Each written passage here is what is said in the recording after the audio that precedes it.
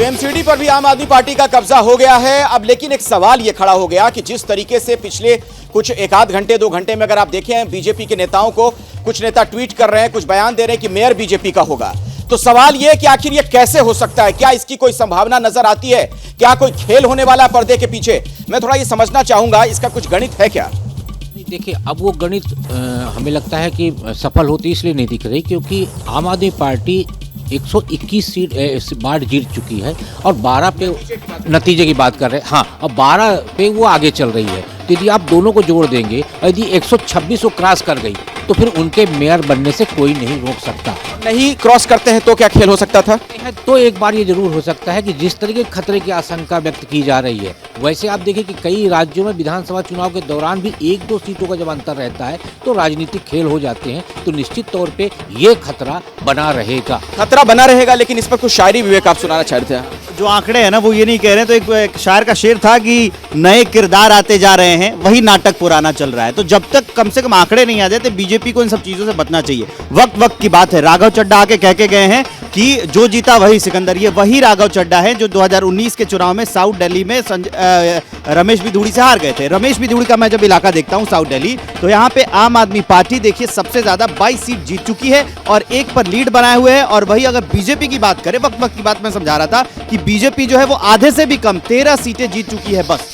और अभी एक बड़ी खबर आ रही है, दर्शकों को बता दें, जो मुस्लिम बहुल इलाके हैं उनको लेकर यह आंकड़ा सामने आ गया है और इसके भी कई मायने मतलब अब निकाले जाएंगे। मुस्लिम बहुल 21 वार्डों में 11 आम आदमी पार्टी जीत रही है, 5 पर कांग्रेस, 3 पर बीजेपी की भी जीत हो रही है। वैसे अभय जी, 3 पर बीजेपी भी जीत रही है मुस्लिम बहुल इलाकों में। पार्टी ने इस बार अपनी परंपरा को तोड़ते हुए कुछ मुसलमान उम्मीदवारों को भी टिकट दिया था और उसमें कुछ मुसलमान उम्मीदवार शुरू में वो भाजपा के जो है वो बढ़त में भी थे। अभी आप मेयर के चुनाव की चर्चा कर रहे थे, तो देखिए ये जो एमसीडी है जिस एक्ट के तहत बनी है, उसमें ना तो दल बदल कानून लागू होता है, ना उसमें कोई व्हिप जारी होता है। तो जब चुनाव होगा तो उस चुनाव में कोई भी इधर उधर पाला बदल सकता, आत्मा की आवाज बुलंद हो सकती है, कोई भी पाला बदल सकता है। तो उसको कोई कानूनी रोक टोक नहीं है। लेकिन इसके बावजूद पार्टी बंदी है, पार्टियों के टिकट से लोग लड़े हैं, जीते हैं, तो उम्मीद करनी चाहिए कि लोग अपनी पार्टी निष्ठाओं को छोड़कर इधर उधर नहीं जाएंगे। और उम्मीद कर रहे हैं ना सर? हाँ, एक और छोटी सी बात, अभी चर्चा ये हो रही थी कि लेफ्टिनेंट गवर्नर के पास अधिकार है कि वो 10 या 11 एल्डरमैन जिसको कहते हैं उनको नियुक्त कर सकता है, नामजद कर सकता है। लेकिन मैंने पता लगाया है उन एल्डरमैन को वोट देने का अधिकार नहीं होता है। मतलब मेयर के चुनाव में तो ये चीजें मायने नहीं रखती है ना, यहाँ तो जो जीत के पार्षद आ रहे हैं वही तय करेंगे। हाँ, नहीं देखिए, और इसमें दिलचस्प बात यह है कि इस समय भी अगर भाजपा और भाजपा के लोग ट्वीट कर रहे हैं, इसका मतलब है कि वो ये माहौल बनाना चाहते हैं कि हम खरीद फरोख्त के लिए तैयार हैं, एक अगला चैनल खोलना है।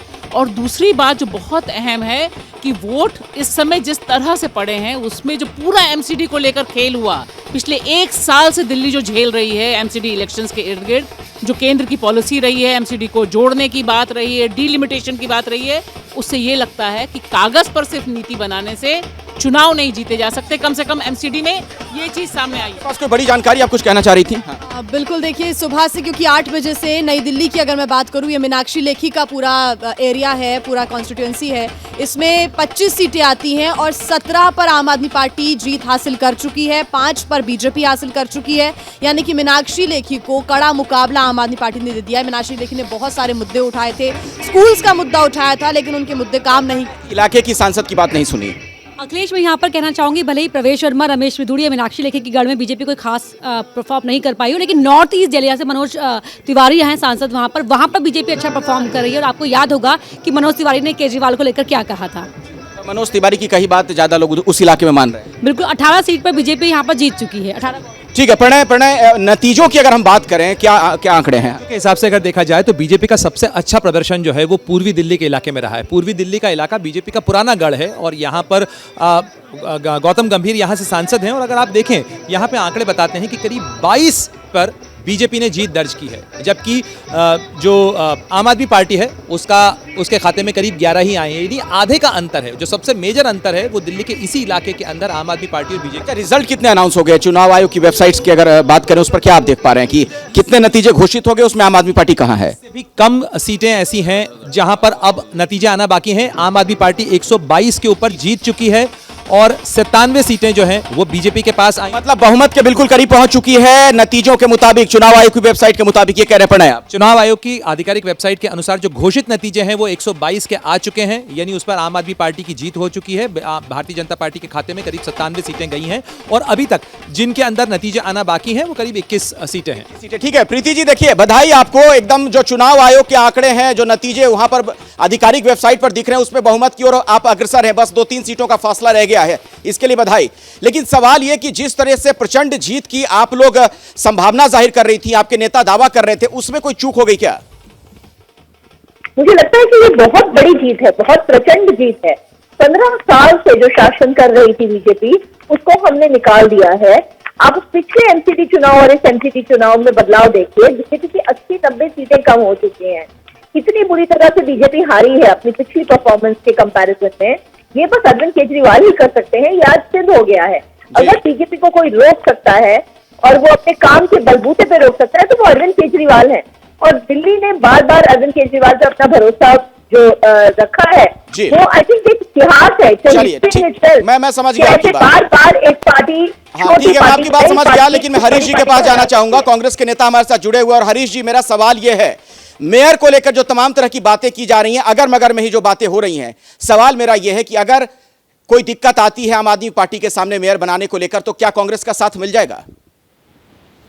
नहीं, सवाल ही नहीं पैदा होता। ये बात तो आप दिमाग से निकाल दीजिए और उन लोगों को भी निकाल देना चाहिए। कांग्रेस का कोई समर्थन किसी महीने के अंदर भी ना बीजेपी को होगा ना आप पार्टी को भी होगा। नहीं तो बीजेपी का अगर मेयर बन रहा है तो आने वाले समय अगर आपके सहयोग ना मिलने से बीजेपी का मेयर बनता हुआ दिख रहा हो तो? किसी का बने, हमें इससे कोई लेना देना नहीं है। हम अपनी पार्टी के लिए बात कर रहे हैं। आने वाले समय जो हार हुई है उसे हम स्वीकार करते हैं। आने वाले समय के लिए संगठन को मजबूत करेंगे। और चुनाव अभी एक नहीं है, चुनाव तो 5 साल में 3 चुनाव होते हैं। अगला चुनाव पार्लियामेंट का चुनाव है, उसके बाद फिर विधानसभा का चुनाव है। हम लोग चुनाव की तैयारी में हैं। आने वाले समय के लिए भी अपने आप को तैयार करें। क्या मजबूरी है मेरी, बताइए। मैं अभी आपको बताती हूँ कि मैंने ओए होए होए होए नमकीन के चटकारे लेते हुए टकटकी मार के डिबेट शो को पॉज रिपीट कर करके देख रहे हैं जोगिंदर जी। इनकी तरह आप भी देखें अपनी फेवरेट डिबेट्स को रिपीट कर और डाउनलोड कीजिए एबीपी लाइव ऐप अपने स्मार्ट टीवी पर।